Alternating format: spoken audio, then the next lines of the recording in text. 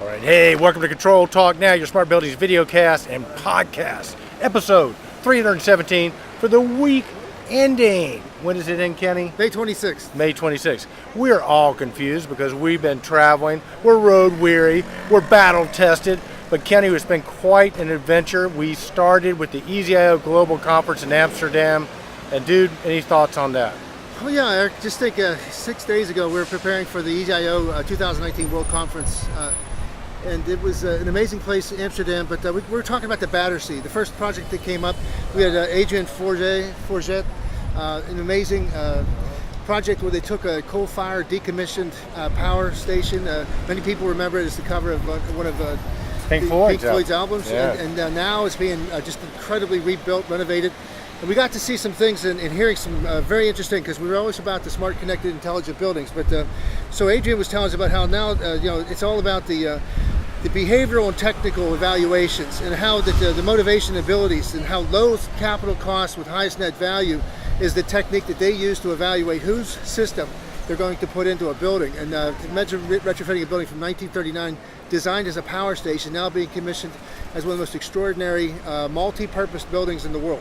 And Ken Sinclair, wherever you are, you should feel vindicated, because we heard more than once, and especially with this gentleman, about the fact that it's the emotional impact of the building, it's the tenant's experience. So the Europeans are all over it.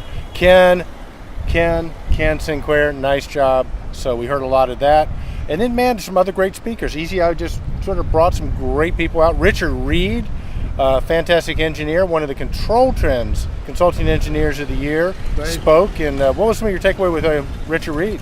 Well, I tell you, Richard Reed earned his basically his reputation precedes him, because he's regarded as one of the youngest, most intelligent, nimble, agile thinkers in the business. Richard went into about enabling the three critical things: enabling connectivity, 2, provide insight, data. It's a lot about data. Particularly MQTT. They're transitioning to a new protocol, and we'll talk about that later in another episode. And finally, supporting and promoting health and happiness. And Eric, as you said, to Ken Sinclair's, testament to Ken Sinclair's philosophy about the occupant experience, about the touchy-feely stuff. We heard another version of that from the European side, but how critical it is to keep your building occupied, and how that user experience, that we spend 85 to 90% of our time inside of a building. Even buildings like this, as extraordinary as they look on the outside, you still have the same comfort and your occupancy issues that you do in any building. It's just the occupant experience. So Ken Sinclair, you're right on it with that. So man, you should come to Europe. This is where your people are, Ken. So that's Ken Sinclair, AutomatedBuildings.com. So Kenny, great. We met some incredible integrators from around the world. We have those up on the YouTube channel. We're going to hopefully get them all posted on ControlTrends over the next couple of days. Right. And there's Ken's new iPhone alarm app is going on. Wake up, yeah. This is a Roman app you can get for your iPhone. Listen to the bells in the background, right? Yeah. Well, it was an app. You just gave away our secret. We're going to try to come up with some kind of. We thought about that. Anyway, listen. But one thing I wanted to clarify. Yesterday we were in front of the Coliseum, and I said something about 80%. We heard how there's so much opportunity, and how using the design capabilities, where you go lowest capital cost, highest net value, and to the case of the business cases, we saw one business case after another. It wasn't all about energy anymore. It's about how you save the tenants and make everybody's life easier, but how you present business opportunities to different departments inside of the building and the stakeholders, the C-level. And I said something about 80% of the buildings were still underserved in Europe. Not from an energy standpoint. I want to clarify that. Like every hotel we've stayed in since we've been in Europe, you got to put the card in. Once you pull it out, everything shuts down. So it's a European occupancy center, right? Yeah, well, they've got the energy side down, but they don't have the connected side down. They don't have the data. So again, everybody's in pursuit of the data. How many steps it takes you to get the data to the wherever you're going to go with it. Sometimes the edge, sometimes the cloud. But we saw one presentation after another. 5G wireless is really making inroads here. So when they have a chance to retrofit these old buildings, they're looking for new technologies to solve their problems. Well, they really are, Kenny. And then, from there we came down to Rome. We had some clients we were checking out down here. It's been great. It's like, I think one of the great things about travel is travel should be part of everybody's education, because it gives you perspective, right? Sure does. I mean, when you look at like buildings like the one behind us here, which is probably 1,000 years old at least. When you go to the Coliseum, and Kenny, I do have pictures from the Coliseum where Kenny was wrestling the tigers. It's a new thing there. So Kenny was doing this gladiator imitation. We went water skied on the Tiber River. Right. Not really, but we wanted to. We asked. Well, I'll tell you what we did is we crossed the bridge, like you said, they were before Christ. They were talking like 400 or 500 before Christ, and then 327 AD. We found out 372 they began building the Colosseum, was ended in 380, and the challenges they had, how Rome has changed. They always built on top of the previous version of Rome, so there's so many layers. And then what happened was they came back and historically removed the layers, and that's revealed most of the form. So but hang on, Kenny. Let's give our viewers a perspective. So they built on top, so it basically means that you would be looking like this down on ancient Rome, and that's what Kenny and I did some of, but it was pretty cool, and this is kind of cool. We've never done this before, have we? Aerial shot, yeah. Well, we've got Nick's drone shot. Remember the guy was to do a drone thing? That's right. So anyway. We're going to have a ControlTrends control truck now from a drone, hovering in front of us. We're going to experiment. Yeah, but the thing is that, again, part of what Kenny and I endeavor to do is to bring the world back to you. If you can't make it to some of these events like the Global Conference, I mean, it's been sort of the season, if you will, for conferences. We started with Cochrane's ControlCon in Detroit. We went from there to Haystack Connect, which was a great conference.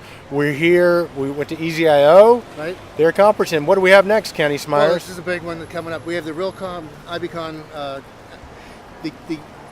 probably the crescendo event of the early part of the year is the Realcomm IBCon thing. It's going to be down in Nashville, Tennessee. It's from June 12th through the 14th.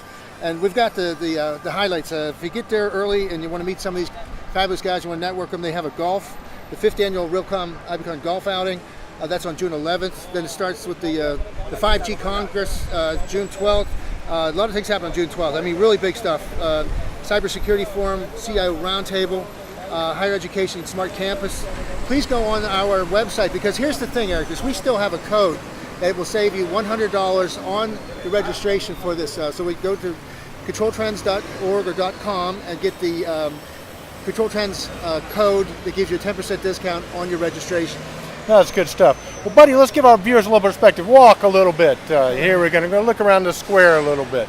Because, one of the things, too, Kenny, we didn't hear a lot about the cybersecurity, right? But it's like they're aware of it. Right. But maybe because the buildings aren't maybe as connected, it's not as big a deal for them. I don't know. Well, the two versions I heard when I talked to a couple of the experts were, one was that hello, hi.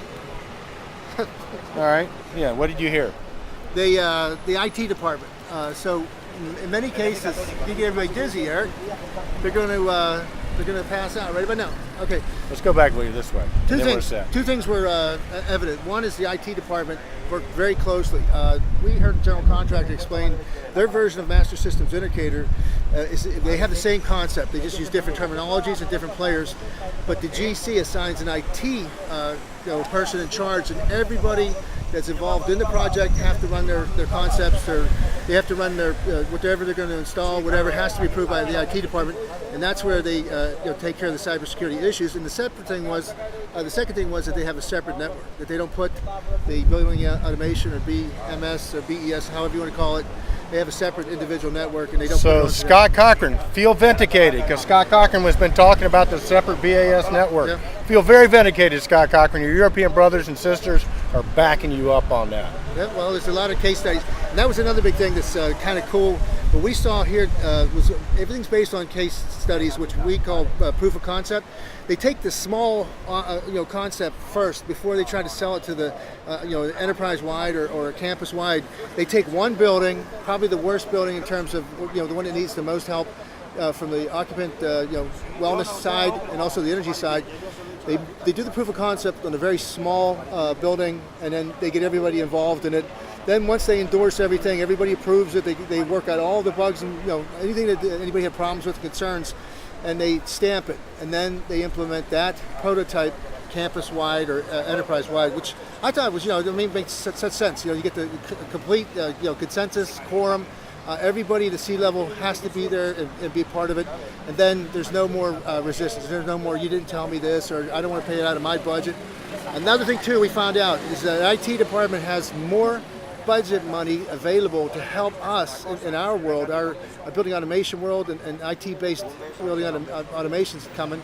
but they're the ones that have the budgets, and they're the ones that understand renewal licensing fees, and to them that's part of life. They understand that. There's not a sale there. They want that. They demand that. If you don't have it, they're concerned. Well, that's a trend we're starting to see in the U.S. too, right? I mean, guys like Scott Cochran, and we're saying, you need to talk with the ID department as they become more and more involved because they have the bigger budgets, which is really good. The other thing was kind of interesting, Kenny, is I think they're ahead of us. I know we've talked in the U.S. about this whole thing about privacy issues and so on and so forth. It seems like Europeans are way ahead on that as well. The camera technology, I think, is coming. But speak, if you will, about what they were saying about the privacy issues. They're really on top of that. Well, again, in Europe, many of the people talked about how their organizations used to use Facebook as one of their primary means of using social media to a better effect for communications, broadcasting information, and they've taken it down. And the reason why was there was liberties taken by Facebook that have set a new precedent. So everything you do in Europe now, you have to sign, check off, or click on something that says we use cookies, we do this, that, and the other, and then what they do is they manage that as well.